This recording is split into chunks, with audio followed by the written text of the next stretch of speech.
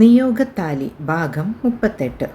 Salih താമസിക്കുന്ന ഫ്ലാറ്റിലേക്ക് എത്തുമ്പോൾ അവിടെ കുറച്ചാളുകളൊക്കെ കൂടി നിൽക്കുന്നുണ്ടായിരുന്നു. അവരുടെ യഥാർത്ഥ നാട് മലപ്പുറമാണ്. കോളേജ് സ്റ്റാഫ്സിനും പരിചയക്കാർക്കും കാണാൻ വേണ്ടി കുറച്ചു സമയത്തേക്ക് മൃതദേഹം അവിടെ പൊതുദർശനത്തിന് വെച്ചിട്ടുണ്ട്. അല്പസമയത്തിന് ശേഷം ബോഡിയുമായി അവർ മലപ്പുറത്തേക്ക് പോകും. ഉള്ളിലേക്ക് കടക്കുമ്പോൾ തന്നെ കണ്ടു ഹാളിൽ വെച്ചിരിക്കുന്ന ഭാര്യയുടെ മൃതദേഹത്തിനരികെ തകർന്നു നിൽക്കുന്ന സാലിഹിനെ. ഉമ്മയുടെ ചലനമില്ലാത്ത ശരീരത്തെ നോക്കി വിതുമ്പുന്ന പെൺമക്കളെ അയാൾ അടക്കി പിടിച്ചിട്ടുണ്ട്. മക്കളെ ചേർത്ത് പിടിച്ചു നിൽക്കുമ്പോഴും പാതിയായ അവളുടെ ദേഹം കാണുമ്പോൾ സാലിഹ് പാടെ തളർന്നു പോകുന്നുണ്ടായിരുന്നു. അത് മനസ്സിലാക്കി അനിലും സനൂപും സാലിഹിന് ചേർന്ന് തന്നെ നിൽക്കുന്നുണ്ട്. ഈ കാഴ്ചകളെല്ലാം കാണുന്തോറും മനു ഉടലാകെ വിറച്ചു തുടങ്ങി. ഇന്നലെ സച്ചുവിന് എന്തെങ്കിലും പറ്റിയിരുന്നെങ്കിൽ ഇതേപോലെ വെള്ള പുതച്ച് ആത്മാവ് വിട്ടകന്ന ദേഹവുമായി മാറിയിട്ടുണ്ടാവില്ലേ എൻ്റെ സച്ചു? അങ്ങനെ താങ്ങും ഞാനിത്? അവളില്ലാതൊരു നിമിഷം തനിക്ക് ശ്വസിക്കാൻ പോലും സാധിക്കുമോ? ഇല്ല, ഒരിക്കലുമില്ല. സാലിഹിനെ പോലെ എല്ലാം തകർന്ന മട്ടിൽ ജീവിക്കാൻ പോലും തനിക്കാകില്ലായിരുന്നു. സച്ചു, അവളിലാണെൻ്റെ ജീവൻ. ജീവനിൽ അലിഞ്ഞു ചേർന്ന അവളെ പിരിയുന്നത് ഓർക്കുമ്പോൾ തന്നെ മനുവിൻ്റെ ഉള്ളം വേദനയാൽ കിടുകിടുത്തുപോയി. ഇന്നലെ അവളെ കാത്തുരക്ഷിച്ച ദൈവത്തിനെ ഈ സമയം കൊണ്ട് തന്നെ എണ്ണമില്ലാത്തത്രയും തവണ മനു മനസ്സാൽ കുമ്പിട്ടിരിക്കുന്നു. ഈ നിമിഷങ്ങളിലും അവളെ പൊതിഞ്ഞു പിടിച്ച അദൃശ്യശക്തിയോടവൻ നന്ദി പറഞ്ഞുകൊണ്ടിരുന്നു. ലത ടീച്ചറുടെ അടുത്തേക്ക് പോയി നിന്നെങ്കിലും സച്ചുവിനും ആ അന്തരീക്ഷം വീർപ്പുമുട്ടലുളവാക്കി.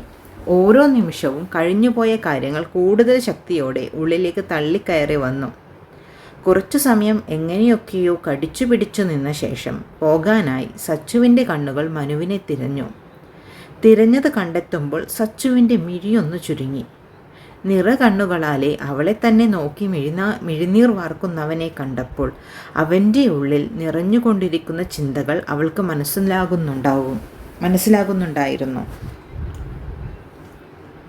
പോകാം. ശബ്ദം പുറത്തേക്ക് വരാതെ ദൂരെ മാറി നിൽക്കുന്നവനെ നോക്കി ചുണ്ടുകൾ അനക്കി സച്ചു. ചെറുമൂളലോടെ അവളെ നോക്കി തലയാട്ടി അരികിൽ നിൽക്കുന്നവരോട് പറഞ്ഞു. അവിടെ കൂടുതൽ ആളുകളൊന്നുമില്ലാത്തതിനാൽ എന്തെങ്കിലും സഹായം വേണമെങ്കിലോ എന്നോർത്ത് ആൽഫിയും കിരണും മിഥുനും അവിടെ നിൽക്കുവാണെന്ന് പറഞ്ഞു. സച്ചുവിൻ്റെ അവസ്ഥ അറിയുന്നത് കൊണ്ട് തന്നെ മനു അവരെ കാത്തു നിൽക്കാതെ യാത്ര പറഞ്ഞ് ഫ്രണ്ട് ഡോറിനടുത്തേക്ക് നടന്നു. സച്ചുവും എല്ലാവരോടും പറഞ്ഞ ശേഷം ഡോറിനരികിൽ കാത്തു നിൽക്കുന്ന മനുവിൻ്റെ അടുത്തേക്ക് നടന്നു. രണ്ടുപേരും പുറത്തേക്ക് നടക്കുമ്പോൾ ആ സമയം ഒരുവൻ്റെ കലങ്ങിച്ചുവന്ന കണ്ണുകളിൽ അവർ രണ്ടുപേരും മാത്രമായിരുന്നു. മനുവിൻ്റെ കൂടെ നടന്നകലുന്ന സച്ചുവിൻ്റെ ചിത്രം. മുന്നിൽ കാണുന്ന ദൃശ്യത്തിൻ്റെ കാഠിന്യത്തിൽ പക കണ്ണുകളെ മൂടിത്തുടങ്ങുമ്പോൾ പരിസരമെന്നോർത്തെന്നോണം അയാൾ ഉള്ളിലെ ക്രോധം പുറത്തേക്ക് വരുത്താതെ മുഖത്ത് സങ്കടഭാവം എടുത്തണഞ്ഞു. മനുവും സച്ചുവും ആ ഫ്ലാറ്റിൻ്റെ ഗ്രൗണ്ട് ഫ്ലോറിൽ എത്തിയപ്പോഴാണ് കോളേജിലെ പ്യൂണായ ശിവൻ അവിടെ എത്തുന്നത്. ടീച്ചർ ഇറങ്ങാറായോ? ബോഡി എടുക്കാറായോ അബി? സച്ചുവിനെയും മനുവിനെയും നോക്കി ചോദിച്ചു അയാൾ. ഇപ്പോൾ എടുക്കും ശിവേട്ട, നാട്ടിലാണ് ഖബറെടുക്കുന്നത്. പിന്നെ ഇന്നലെ ഞാൻ പറഞ്ഞ കാര്യം എന്തായി? മനു അല്പം ശബ്ദം താഴ്ത്തി ചോദിച്ചു. ഉത്തരം പറയും മുൻപ് ശിവനും ഒന്ന് ചുറ്റും നോക്കി. പരിചയമുള്ള ആരെങ്കിലും കേട്ടാൽ പണി തെറിക്കുന്ന കേസാണിത്. സച്ചു കൂടെ ഉള്ളത് കൊണ്ട് തന്നെ മറുപടി കൊടുക്കാൻ അയാളൊന്ന് ശങ്കിച്ചു. അയാൾ സച്ചുവിനെ കണ്ണുകൊണ്ട് കാണിച്ചപ്പോൾ മനു അയാളെയും കൂട്ടി സച്ചുവിൽ നിന്ന് അല്പം മാറി നിന്നു. നാളെ തരാം. ആരും അറിയാതെ വേണം കാര്യങ്ങൾ ചെയ്യാൻ. പണി പോകുന്ന കേസാണ് അബി. നീ ആയതുകൊണ്ട് മാത്രം ഞാൻ ഓക്കെ പറഞ്ഞത്. മോശമായൊരു കാര്യം നീ ചെയ്യില്ലെന്നാണ് വിശ്വാസം. അത് തകർക്കരുതേ. പിന്നെ എന്തിനു വേണ്ടിയാണെങ്കിലും അവസാനം എന്നെ ഒറ്റരുത്. രഹസ്യം പോലെ ശിവൻ മന്ത്രിച്ചു. ശിവേട്ടന് ഇതിനെ ചൊല്ലി യാതൊരു കുഴപ്പവും വരില്ല. ഇത് അബിയുടെ വാക്കാണ്. പക്ഷെ പറഞ്ഞതുപോലെ നാളെ ഉറപ്പായും കാര്യം നടന്നിരിക്കണം. നടന്നാൽ അത് എനിക്ക് ഉപകാരപ്പെടുന്നതാണെങ്കിൽ പറഞ്ഞതിലും കൂടുതൽ തുക അക്കൗണ്ടിലെത്തും. ഉറപ്പോടെ ശിവൻ്റെ ഷോൾഡറിൽ തട്ടി മനു. തിരിച്ചു വീട്ടിലെത്തുന്നതുവരെ സച്ചുവിൻ്റെ കണ്ണുകൾ ഇടയ്ക്കിടെ മനുവിനെ തേടിച്ചെന്നു. ശിവനുമായുള്ള രഹസ്യം എന്താണെന്ന് അറിയണമെന്നുണ്ടായിരുന്നു അവൾക്ക്. മനു അവളോട് പറയുമെന്നൊരു കുഞ്ഞു പ്രതീക്ഷയോടെ അവൾ കാത്തിരുന്നു. ചോദിക്കാൻ മാത്രം അവൾ മുതിർന്നില്ല. പക്ഷേ മനു അതൊന്നും അറിയുന്നത് കൂടിയില്ല.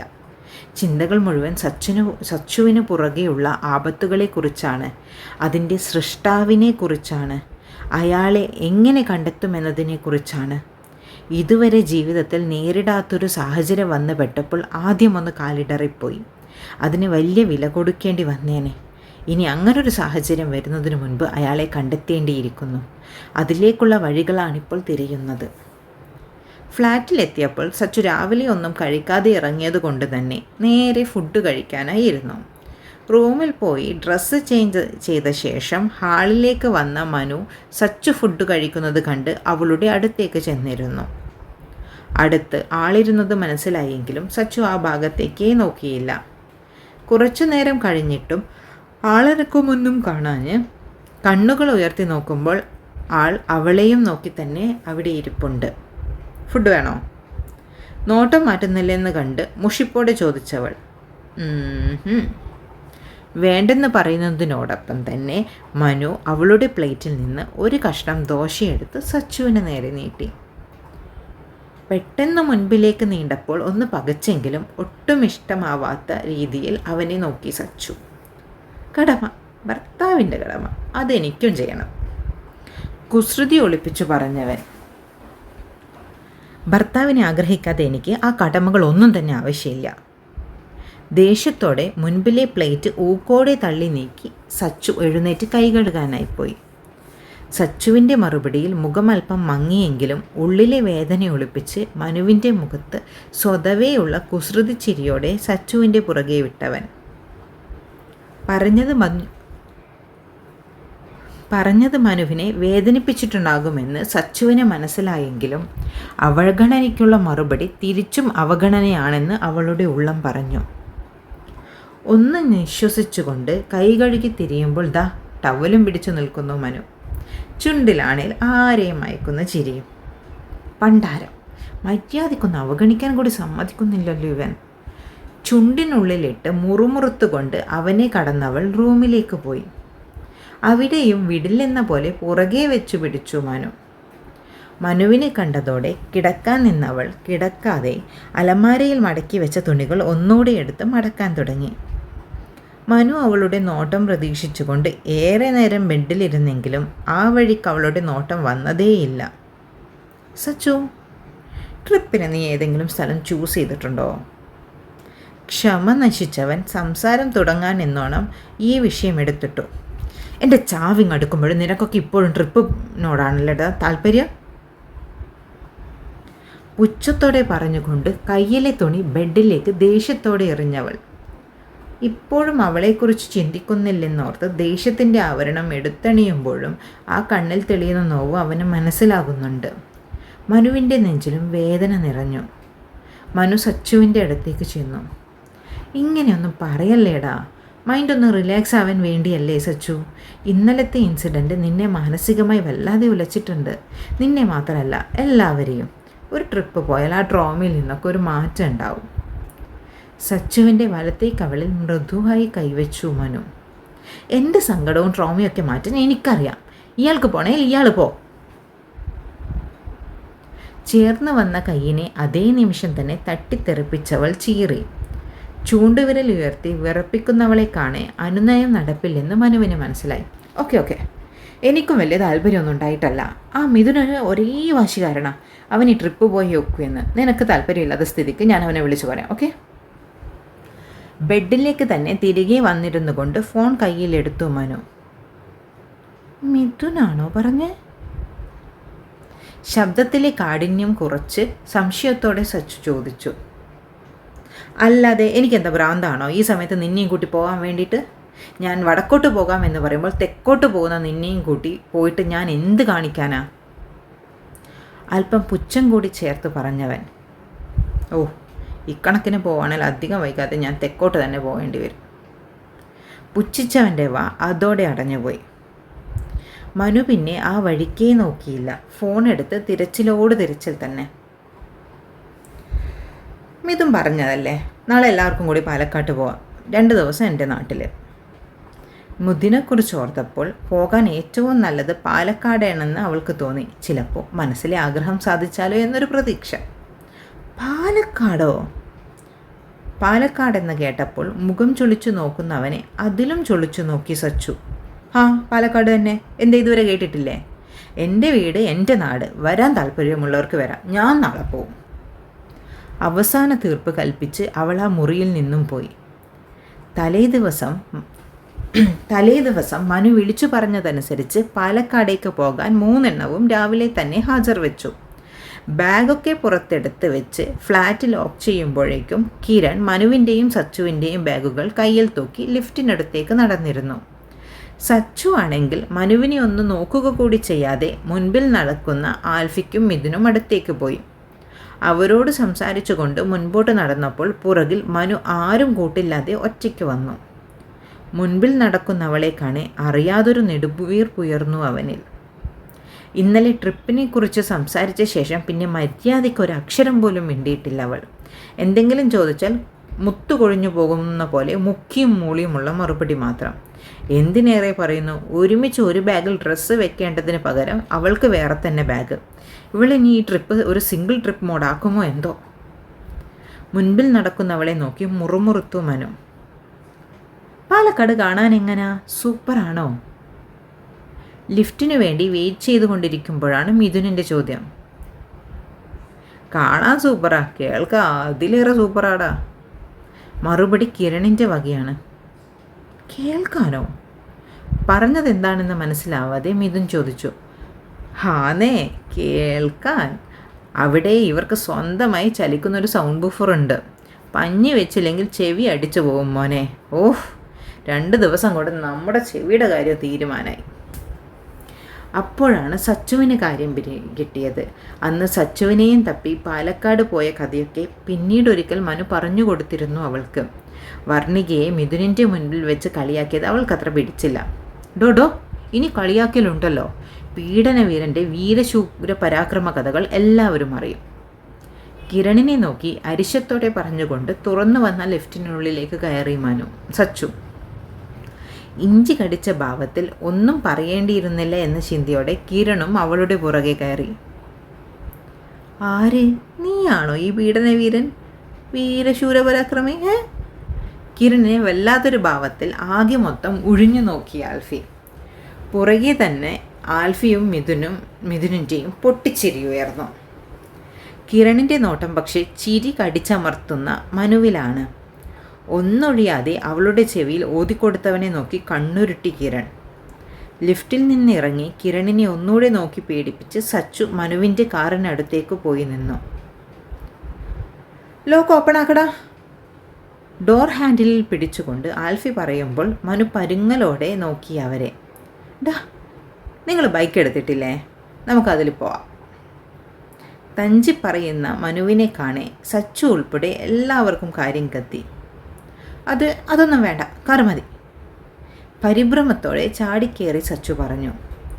അവൾക്ക് ഏറ്റവും ഇഷ്ടം അവൻ്റെ കൂടെയുള്ള ബൈക്ക് യാത്രകളാണെന്ന് മനുവിനറിയാം. ചേർന്നിരുന്ന് കെട്ടിപ്പിടിച്ചേ പോകാറുള്ളൂ. അതുകൊണ്ട് തന്നെ സച്ചു താല്പര്യമില്ലായ്മ അറിയിച്ചു. ബാക്കി 3 മനസ്സിലായെന്ന പോലെ കളിയാക്കി ചിരിയോടെ തലയാട്ടി. വണ്ടിക്ക് രാവിലെ മുതൽ ഒരു മിസ്സിങ് കണ്ട് സച്ചു. ചിലപ്പോൾ യാത്രക്കിടെ എന്തെങ്കിലും സംഭവിച്ചാലോ, അതുകൊണ്ട് ബൈക്ക് മതി. ഞാനും സച്ചുവും ഒന്നിൽ. നിങ്ങളെങ്ങനാ? മുടക്ക് പറയാൻ സമ്മതിക്കാത്ത വണ്ണം പറഞ്ഞുകൊണ്ടവൻ മറ്റുള്ളവരെ നോക്കി. ഞാനും മിഥുനും ഒരുമിച്ച് വന്നോളാം. ഞാൻ ബൈക്ക് എടുത്തിട്ടില്ല. രാവിലെ മിഥുൻ എന്നെ പിക്ക് ചെയ്യാൻ വന്നതാ. ആൽഫി, നീ ഒറ്റയ്ക്ക് വരില്ലേ? കിരൺ ആൽഫിയെ നോക്കി. ഞാൻ വന്നോളാം. എനിക്ക് ഒറ്റയ്ക്കാണേ ഇഷ്ടം. സച്ചു ഇനി അവൻ്റെ കൂടെ വന്നാലോ എന്ന പേടിയിൽ ആൽഫി ഉടനെ പറഞ്ഞു. സച്ചു അവൻ്റെ കൂടെയാണ് കയറുന്നതെന്ന് പറഞ്ഞെങ്കിൽ മനു അവനെ നോക്കി പേടിപ്പിച്ച് കൊന്നേനെ. അത്രയ്ക്ക് ഉരുട്ടുന്നുണ്ട് അവൻ്റെ കണ്ണുകൾ. സച്ചു എന്തെങ്കിലും പറയുന്നതിന് മുൻപ് ആൽഫി വേഗം തന്നെ ബൈക്ക് സ്റ്റാർട്ട് ചെയ്ത് റോഡിലേക്ക് കയറി. പുറകെ തന്നെ മിഥുനും കിരണും. ഏറ്റവും പുറകിൽ വേറെ വഴിയില്ലാതെ മനുവിൻ്റെ കൂടെ സച്ചു. വർക്കിംഗ് ഡേ ആണെങ്കിലും ഇന്ന് ബസ്, ഓട്ടോ, ടാക്സി പണിമുടക്കായതിനാൽ തന്നെ നിരത്തിൽ അത്യാവശ്യം തിരക്ക് കുറവായിരുന്നു.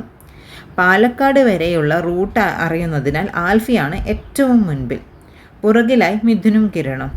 ഏറ്റവും പുറകിലെ കാണുന്ന ഹമ്പുകളിൽ എല്ലാം വണ്ടി ചാടിച്ച് അകലമിട്ടിരിക്കുന്ന പെണ്ണിനെ ദേഹത്തോടടുപ്പിച്ചു മനുവും. ഈ യാത്ര ഏറ്റവും ആസ്വദിച്ചുകൊണ്ട് മുൻപോട്ട് പോകുന്നത് ശരിക്കും ആൽഫിയാണ്. എല്ലാ കളക്ഷൻസിലും അവൻ്റെ കണ്ണുകൾ ഓടി നടക്കുന്നുണ്ട്.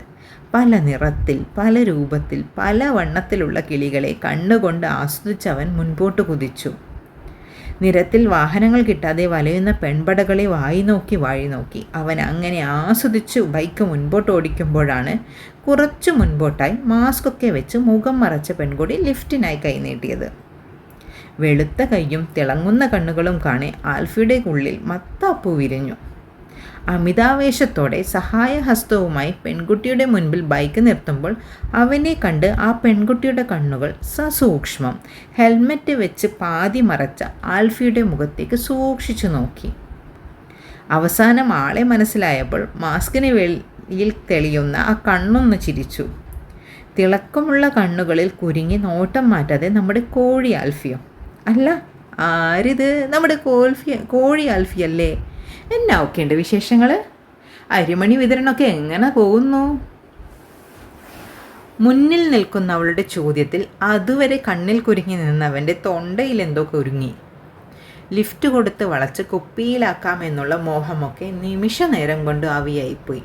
മുൻപ് എപ്പോഴോ വാഴി നോക്കിയപ്പോൾ പണി തന്നവളാകാനാണ് സാധ്യത. അതോടെ ഉള്ള ആവേശമൊക്കെ കെട്ടടങ്ങി. ഡാ, എന്താടാ വണ്ടി നിർത്തിയേ? ഏതായി കൊച്ച്? ആൽഫിയുടെ പുറകെ വന്ന കിരൺ അവൻ്റെ ബൈക്ക് നിർത്തിയത് കൊണ്ട് അടുത്ത് തന്നെ നിർത്തി ചോദിച്ചു. ആഹാ, എല്ലാവരും ഉണ്ടല്ലോ. എങ്ങോട്ടാ? ഫാമിലേക്കാണോ കൂട്ടത്തോടെ? പുറകെ വന്നവരെ കണ്ടപ്പോൾ എല്ലാവരും ഉണ്ടല്ലോ എന്ന ഭാവത്തിൽ ചോദിച്ചവൾ. അവളുടെ ആ ചോദ്യത്തോടെ എല്ലാവരെയും അവൾക്കറിയാമെന്ന് ആൽഫിക്ക് മനസ്സിലായി. ഓഹ്, അപ്പോൾ പണ്ട് ഇവൾ നേരിട്ടത് കൂട്ടാക്രമണമായിരിക്കണം. അതായിരിക്കും ഇപ്പോൾ കൂട്ടത്തോടെ കളിയാക്കുന്നത്. ഫാമിലേക്കോ ഫേമിലേക്കോ എങ്ങോട്ടേലും പോവും. കൊച്ചു നീട്ടി വെച്ച കൈ അങ്ങ് മാറ്റിക്കേ, ഞാനങ്ങ് പോട്ടെ. കളിയാക്കൽ ഇഷ്ടപ്പെടാത്ത ആൽഫി അല്പം അരിശത്തോടെ പറഞ്ഞുകൊണ്ട് ബൈക്ക് മുൻപോട്ടെടുക്കാൻ ആഞ്ഞു. ഹേ ഹേ ഹേ, അങ്ങനെ അങ്ങ് പോവല്ലേ, എനിക്കൊരു ലിഫ്റ്റ് താ. കുറേ നേരമായി ഇവിടെ ഇങ്ങനെ ഒറ്റയ്ക്ക് നിൽക്കുന്നു, ഒരൊറ്റൊരാൾ ലിഫ്റ്റ് തരുന്നില്ല. ആൽഫിയെ തടഞ്ഞുകൊണ്ടവൾ പറഞ്ഞു. അപ്പോഴേക്കും മനുവും അവിടെ എത്തി. എന്താടാ? മുൻപിൽ നിർത്തിയിരിക്കുന്ന ആൽഫിയുടെ ബൈക്കും അതിന് ചേർന്ന് നിൽക്കുന്ന പെൺകുട്ടിയെയും നോക്കി അതിന് പുറകിലുള്ള മിഥുനെയും കിരണിനെയും നോക്കി ചോദിച്ചവൻ. ഏതോ ഒരു വട്ട് കേസ്, നിങ്ങൾ വിട്ടോ, ഞങ്ങളും വരുവാ. ആൽഫി, കളഞ്ഞിട്ട് വാ. ആദ്യം മനുവിനോടും അവസാന വാചകം ആൽഫിയോടും പറഞ്ഞ് മിഥുൻ വണ്ടിയെടുത്തു. തൊട്ടുപുറകെ മനുവും വിട്ടു. സച്ചുവിൻ്റെ കണ്ണുകൾ അവരെ കടന്നു പോകും വരെ ആ പെൺകുട്ടിയിൽ തങ്ങി നിന്നു. എവിടെയോ കണ്ടൊരു മുഖം പോലെ തോന്നി അവൾക്ക്. കൊച്ചേ, അങ്ങോട്ട് മാറിക്കേ, അവരൊക്കെ പോയി, എനിക്കങ്ങ് പാലക്കാട് എത്താനുള്ളതാ. പുറകിൽ വരുന്ന വേറെ വല്ലവൻ്റെ വണ്ടി തടഞ്ഞു നിർത്തിനി. ക്ഷമ നശിച്ചു തുടങ്ങിയിരുന്നു ആൽഫിക്ക്. അതെ, എനിക്കങ്ങനെ വേറെ വല്ലവൻ്റെയും ബൈക്കിന് പുറകിൽ കയറണ്ട. എനിക്കേ ഇയാളുടെ പുറകിലിരുന്നാൽ മതി. വണ്ടി വിട ആൽഫിച്ചായോ, എനിക്കങ്ങ് കോട്ടയം എത്താനുള്ളതാ. എന്നെ ആ റെയിൽവേ സ്റ്റേഷനിലൊന്ന് ഇറക്കിത്താ. പറഞ്ഞുകൊണ്ട് അവൻ്റെ ബൈക്കിന് പുറകിൽ ചാടിക്കയറിയിരുന്ന് ഷോൾഡറിൽ ഒരു തട്ട് തട്ടി അവൾ. ഒഴിഞ്ഞു പോകില്ലെന്ന് ഉറപ്പായതോടെ ആൽഫി തലകുടഞ്ഞുകൊണ്ട് വണ്ടി മുൻപോട്ടെടുത്തു. ആ നിമിഷം അവൻ്റെ ചെവിയിൽ മുഴങ്ങി നിന്നത് ആൽഫിച്ചായോ എന്ന അവളുടെ വിളിയാണ്. തുടരും. ഇന്ന് പറഞ്ഞതിൽ പലപ്പോഴായിട്ട് വാക്കുകൾ തെറ്റിപ്പോയിട്ടുണ്ട്, ക്ഷമിക്കണം. എനിക്ക് ഉറക്കം വരുന്നു, അതുകൊണ്ടാണ് തോന്നുന്നു തെറ്റിപ്പോയത്. സോറി. അപ്പോൾ കഥ ഇഷ്ടപ്പെടുകയാണെങ്കിൽ എന്നെ സപ്പോർട്ട് ചെയ്യുക, സബ്സ്ക്രൈബ് ചെയ്യുക. വില്ലൻ ആരാണെന്ന് നിങ്ങളുടെ അസംഷൻ അതൊന്ന് പറ. ഒരുപാട് പേരുണ്ട്, ആരെയും പ്രതീക്ഷിക്കുക കേട്ടോ. നല്ലവനായി കാണുന്നവനായിരിക്കും മിക്കവാറും വില്ലനായിട്ട് വരിക. അതുകൊണ്ട് നിങ്ങളുടെ വില്ലൻ ആരാണെന്ന് നിങ്ങളൊന്ന് കണ്ടെത്തിയിട്ട് കമൻറ്റ് ഇടും കേട്ടോ. ഞാൻ നോക്കട്ടെ ആർക്കൊക്കെ കണ്ടുപിടിക്കാൻ പറ്റും കറക്റ്റ് വില്ലനെ എന്ന്.